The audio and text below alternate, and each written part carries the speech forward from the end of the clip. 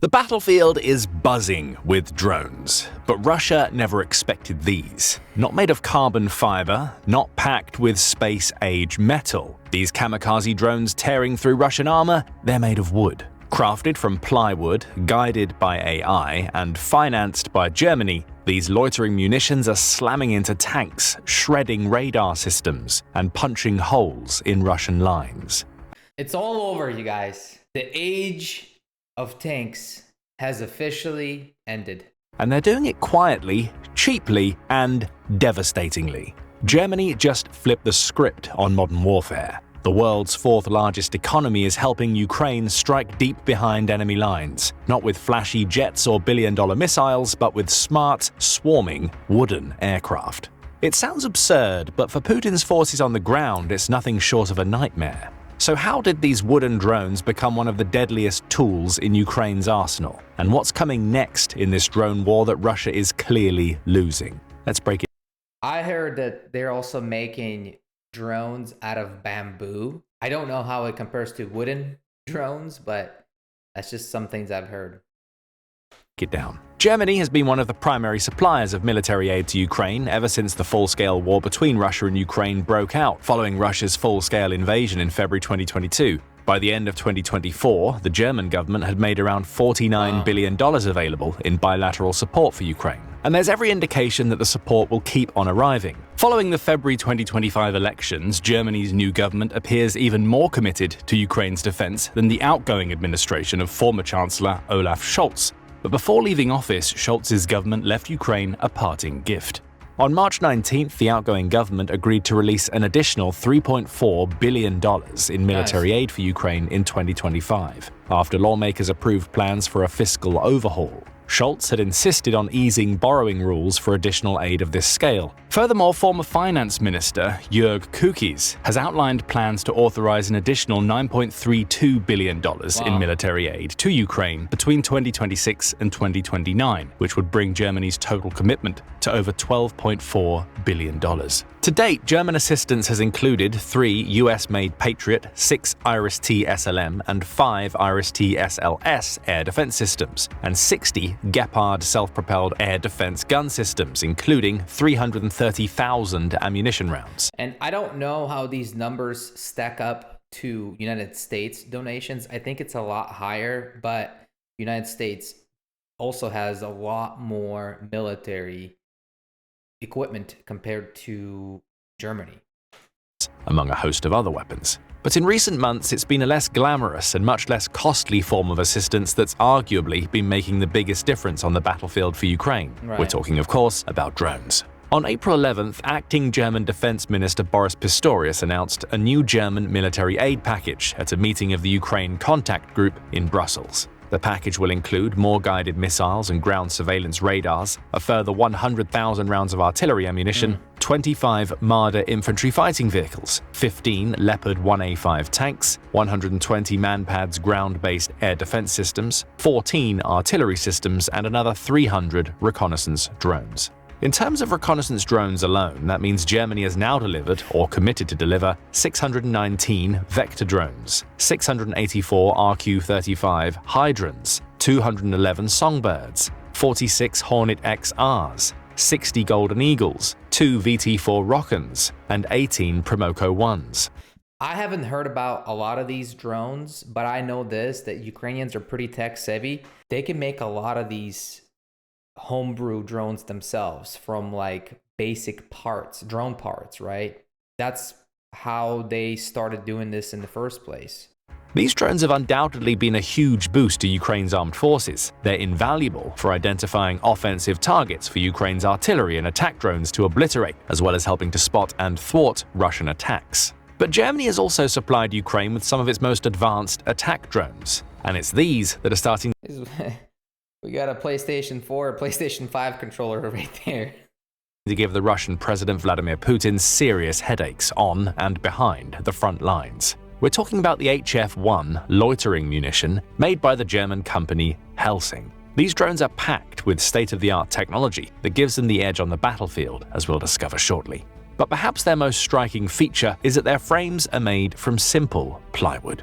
According to reports from troops in the field, HF-1s are being used against a variety of targets, from armored vehicles and air defense systems to logistics and warehouses. And with an effective operating distance of 27 to 31 miles, Ukrainian drone operators say that HF-1s are delivering very unpleasant surprises to the Russians, as they can reach calmer places behind the front lines where they're not expected. This allows the operators to catch targets like parked vehicles or troops before their rotation to the front line unguarded. As noted, the HF-1 is mainly made of plywood, which reduces the weapon's production cost. You might think that such a lightweight and frankly flimsy material might not be robust enough for the rigors of battle. But as one operator explains, the material from which the plane is made does not matter in principle, and you can use any material as long as it flies. It can be made of wood or foam, completely printed on a 3D printer, and so on. The aircraft doesn't care. In our case, being made of wood makes it even better because it's radar transparent and better suited for operations at long distances. Now, wood isn't completely invisible to radar, especially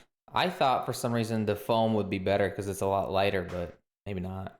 Advanced modern radar systems. The US's best-in-class THAAD system, for example, is said to be able to track a baseball thrown in New Orleans from a location in New York. So it can certainly detect trees, let alone wooden aircraft. But wood does significantly reduce the radar signature, which is especially true if low moisture wood is used. Plywood isn't particularly low moisture per se, as it can absorb moisture from the air and change its dimensions and strength properties accordingly, but can be treated with special adhesives and coatings to improve its resistance to water damage and absorption. And that seems to be the case with the HF-1. Its plywood fuselage reduces radar visibility and acts as a heat insulator, lowering the drone's infrared signature and making it harder for air defenses to detect and engage, whether by radar, heat-seeking missile, or you could just have a bunch of cheap drones that radars can detect, and then just have a swarm of drones that will overwhelm their radar systems, right? And then make them use up all of their rockets or gun systems. And despite its unconventional construction, the wooden body has no negative impact on flight performance. According to the German Ministry of Defense, 1,050 HF-1s have already been delivered to Ukraine. There are 600 that are known to have been delivered in January, and 150 were delivered between March 17th and April 18th. According to the manufacturer Helsing, Ukraine has ordered 4,000 HF-1s in total, financed by Germany. It's also ordered a further 6,000 of the even more advanced HX-2 loitering munition, also made with plywood. We'll discuss these more in detail later. Helsing, the German defense tech startup backed by Spotify's Daniel Ek and others, started as an AI software company but pivoted into strike drones in 2024. It now claims, with some justification, to be one of the largest strike drone manufacturers globally. Helsing produces a mix of hardware and software, including its Ultra platform that connects drones. We solve the hard problems in the software layer, not the electronics, as co-founder Nicholas Kohler puts it. And their solution certainly seems to be making a difference on the battlefield. Combat footage from Belgorod Oblast from mid-April reveals how the Ukrainians successfully utilized HF-1s to destroy Russian Pantsir S-1 and Buk M3 radar systems, conducting the strikes at least 30 miles behind the front lines. HF-1 drones have also been used to eliminate key personnel like officers and commanders, as evidenced by a strike on a vehicle at a Russian training ground which reportedly belonged to a unit commander. Indeed, judging by the increasing number of Ukrainian strikes far behind enemy lines, the Russians are struggling to find an answer to the increasing number of high-tech Ukrainian strike drones appearing on the battlefield. So what gives the HF-1 its edge? The HF-1 is electrically powered and features an X-wing configuration, 4 wings and rotors in an X-shaped arrangement. It's designed to be cost-effective for mass production and has been developed and tested based on Helsing's extensive experience in Ukraine. Indeed, the latest upgrades are being carried out in conjunction with Ukraine's armed forces. As noted earlier, the drone is capable of flying for about an hour and has an operational loitering range of 27 to 31 miles, and up to 62 miles when directed at a known target. Ukrainian forces can operate the HF-1 drone manually, guiding it toward present targets and relying on terminal guidance to bypass Russian electronics. And then we'll have AI. Well, AI will be controlling these drones, which is another scary thing, but that's where we're going. Warfare in the final phase of the flight. However, it's also equipped with onboard AI that can autonomously detect, identify, and lock onto targets. As our drone operator explains, our drone is equipped with a homing system that helps to capture a target and lock until it's hit. This is a plus because if we lose contact with the drone, the video signal or control, the drone reaches the target and strikes it. Elaborating further, he said, In homing mode, the aircraft is not affected by electronic warfare, which the enemy vehicle might be carrying. From the moment the target is locked on, the aircraft takes control and gets to the target independently. So it's deadly and difficult to bring down. And if the HF-1 is giving Putin headaches, the upgraded HX-2 is bound to give him sleepless nights. Unveiled in December. I think Putin already has very many sleepless nights as it is. So this is definitely cherry on top. Was designed from the ground up to be software-based, mass-producible, and swarm-capable. Like the HF-1, it's also an electrically propelled X-wing precision munition with a range of up to 62 miles and an even longer strike distance. Advanced onboard AI enables full electronic warfare and jamming resistance. The company says those capabilities were developed and tested through its extensive experience with the HF-1 in Ukraine. Moreover, when operating as part of Helsing's Ultra Recce Strike software, multiple HX-2s can assemble into swarms, controlled by a single human operator. That allows one operator to simultaneously target entire convoys or group targets. HX-2 has been designed to be mass-producible at significantly lower cost per unit than conventional systems, thus providing a powerful complement to artillery systems. As Kohler notes, with HX-2 we are creating a new smart effector category that combines mass, autonomy, and precision. Individual HX-2s can reliably engage armored targets in highly contested environments. When deployed along borders at scale, HX-2 can serve as a powerful counter-invasion shield against enemy land forces. According to the company, HX-2 is already in production, and the core technology is already deployed in Ukraine. It's busy ramping up production via a new concept it calls resilience factories. They're a new type of high-efficiency production facility designed to ensure local and sovereign manufacturing capabilities for nation-states. Ukraine has ordered 6,000 HX-2s in total, although it's unclear how many have already been delivered. The HX-2s are being manufactured at Helsing's first resilience factory, RF1. This facility is operational in southern Germany and has an initial monthly production capacity of more than 1,000 HX-2s. However, as the company notes, it can also scale manufacturing rates to tens of thousands of units in case of a conflict.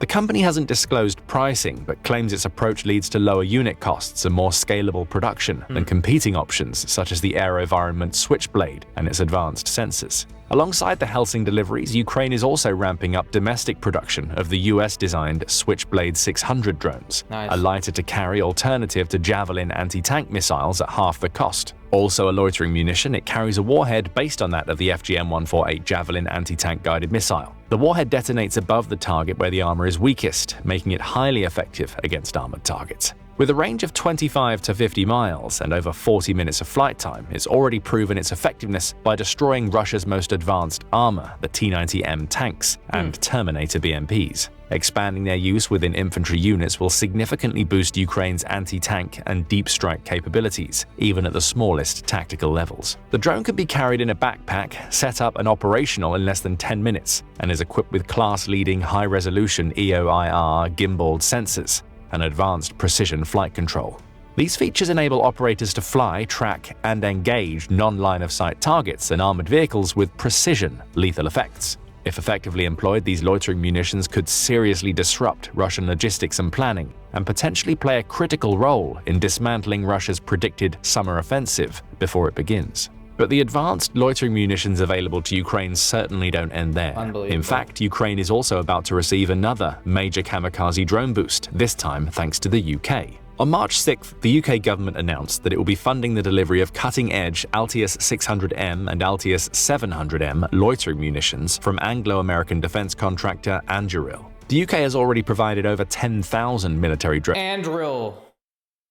to Ukraine since the war began. The new contracts are worth around $40 million and are backed by the UK-administered International Fund for Ukraine, or IFU. The IFU fund now stands at more than $1.7 billion worth of pledges from 10 countries, of which the UK has contributed $665 million.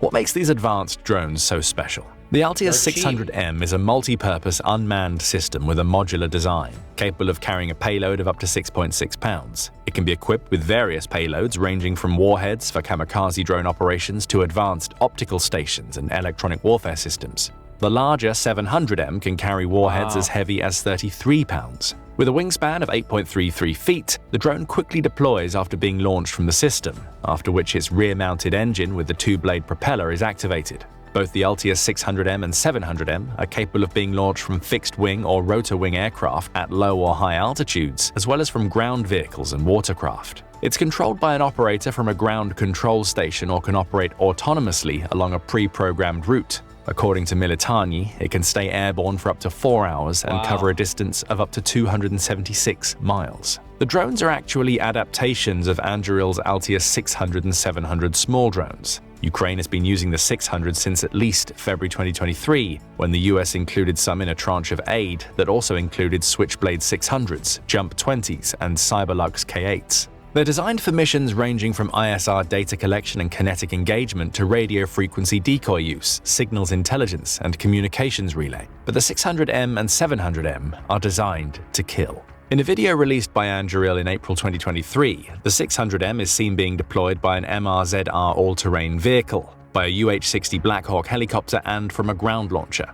The drone is seen scoring a direct hit on a container target on a range, resulting in an impressive fireball. The type of warhead fitted and its mass were not disclosed, although the basic drone has an overall weight of between 20 to 27 pounds, depending on its payload, which typically weighs between 3 and 7 pounds. The first video footage of testing the 700M appeared in March 2024. The 700M had never previously been tested with a live warhead, and the size of its payload is a significant feature of this version of the drone. The 33-pound warhead capacity is comparable to that of the AGM-114 Hellfire missile. That means the 700M can deliver highly precise, devastating strikes on large and armored targets, including tanks, vehicles, vessels, and infrastructure, according to Andreel. At the same time, the combination of a heavier warhead with high terminal velocity and optional delayed fuse means the 700M can easily penetrate target walls to deliver maximum effect on armored targets, the company claims. The 700M has a range of up to 100 miles and 75 minutes of flight time. This is significantly less than the smaller 600M, which, as noted earlier, has a range of up to 276 miles with 4 hours of endurance.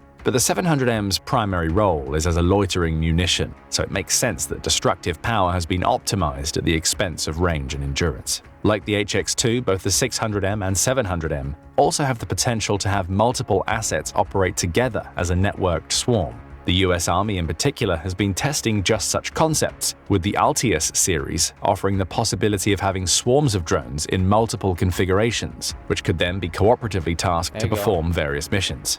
In 2022, the US Army demonstrated this potential by launching 4 waves of 7 Altius 600 drones in what was, at the time, the largest networked sortie of air-launched effects, or ALE, drones of its kind. A single operator was able to control the swarm of drones as they hunted for and destroyed simulated enemy positions ahead. The 600M and 700M's abilities to provide troops with the capability to strike targets at a useful standoff distance will be incredibly useful to Ukraine. So will their loitering time on station, during which they can locate targets and deliver kinetic effects. Like other loitering munitions, these advanced drones provide an effect disproportionate to their size, but the 700M's large penetrating warhead, in particular, makes it lethal for even heavier armored vehicles. In the meantime, while it waits for delivery of the new HF-1s, HX-2s, 600Ms, and 700Ms, Ukraine's domestic drone production continues to raise the bar when it comes to drone manufacturing globally. Kyiv has said it produced 2.2 million drones last year, compared to Moscow's 1.5 million.